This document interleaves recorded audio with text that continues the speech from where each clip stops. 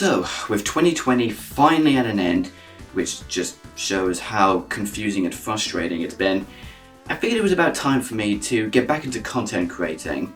Really strive for a successful year, you know? Unfortunately, it's not exactly the best start, as continuing the series of main Sonic games, the next installment was a title that I had absolutely no idea what to think of it, and only heard from so many that it's okay at best. That game being Sonic 3D Blast, known as Sonic 3D Flicky's Island in Europe and Japan, released in November of 1996, making it the last Sonic game to be made for the Genesis. 3D Blast concept was originated during Sonic's 3 development, and most of the programming was outsourced to British studio Traveller's Tales, who you may recognise as being responsible for nearly all the licensed LEGO games, as Sonic Team was preoccupied into making Nights into Dreams for the Sega Saturn, a move in which, because of Sonic's lackluster of main games for the new system, was probably a bad idea looking back at it. Speaking of Saturn, it was at this point that another Sonic game was being made under the title Sonic X-treme for the new system, but as some of you already know, it got cancelled, with the focus being shifted on making a port of 3D Blast for the Saturn with improved graphics and some other changes. Though, am I the only one conflicted on the two different versions of the game, as the history implies that the Genesis version was thought of first, but the advertisements, via commercials and whatnot, tend to highlight the Saturn version. If you have any thoughts on that, leave it in the comments because I'm actually kind of curious about that. So the actual premise involves Dr. Eggman discovering 4 unique species of Flickies, bird-like creatures that Sonic has saved in the past, only these kinds originate from another dimension and have the ability to transport via giant rings. Thus, Eggman proceeds to transform the Flickies into robots and search for the Chaos Emerald for world domination. So it's up to Sonic to rescue the Flickies and foil Eggman's plans once again. Now this all seems familiar from a story perspective, but God forbid once you realise it heavily ties into the main gameplay as well.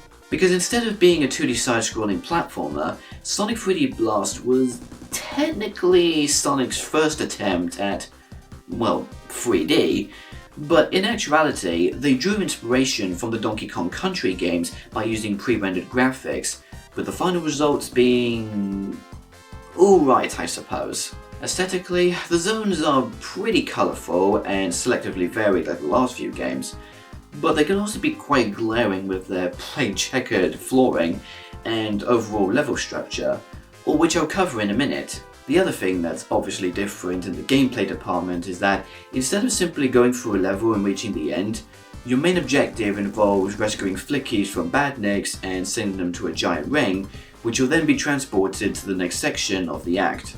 This may sound like a simple and easy task, but I'll just say it right now, this game really wasn't that fun to me. The first being Sonic's control.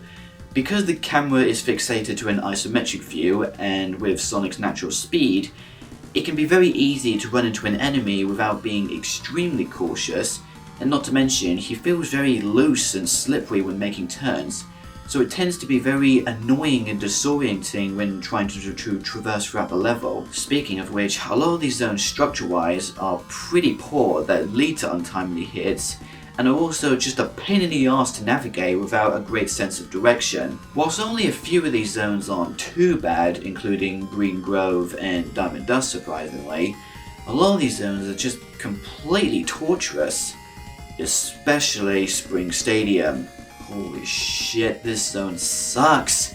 Largely for its colour palette being a complete eyesore, and because it's so easy to get lost when you're just trying to hunt down the last goddamn Flicky you need to get to the next section.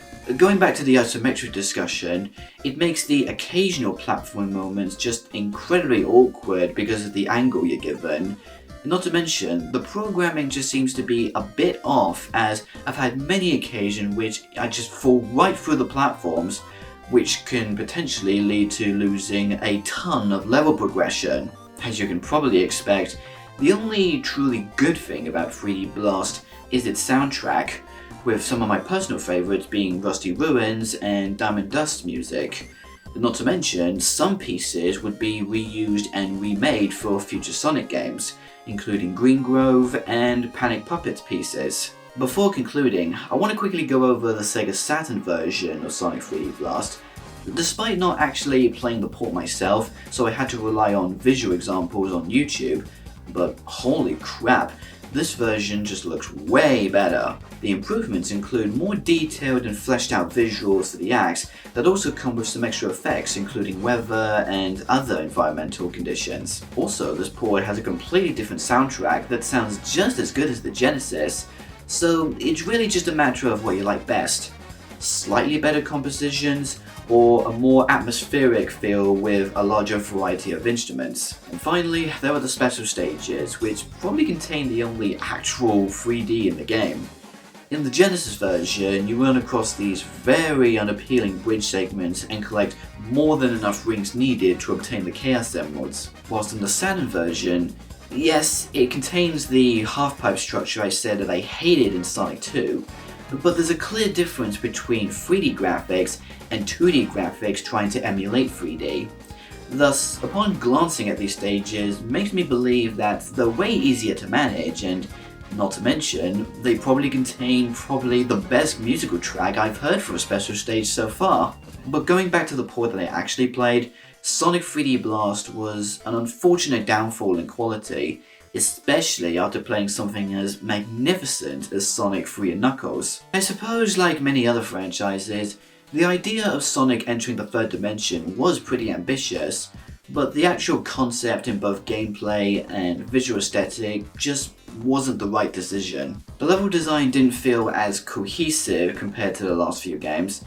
The main objective of collecting flickies just was so tiring and frustrating to manage, and despite containing two well-craft-made soundtracks, the rest of the presentation just wasn't as striking or appealing, all leading to an okay experience at best, but not so fun at worst. Which is why I can't really recommend anyone to try it out, but if you had to, I hope you have a Sega Saturn, as it's probably the most tolerable way to play it. Thus, it is very unfortunate of me to give the Genesis version of Sonic 3D Blast a 5 out of 10.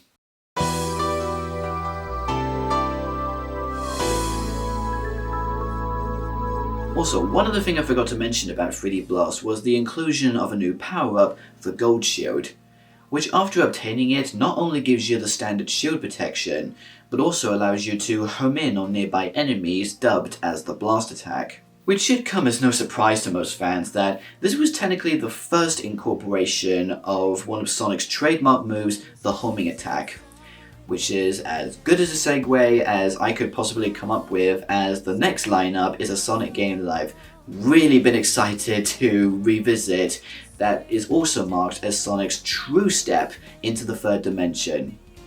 Sonic Adventure. More specifically, the Steam version with the fan-made Dreamcast mod that has pretty much become the standard when not playing it on an original Dreamcast console. For what reasons will be answered when I cover it. Until then, thank you guys for watching. If you want to check out some of my other content, click the links on screen now, and to stay updated on when I upload next, click right here to subscribe to my channel. Once again, thanks for checking out, and until next time, I'm Callum Jones, wishing you all to stay safe, take care out there, and here's hoping that 2021 will be a major turnaround for all of us.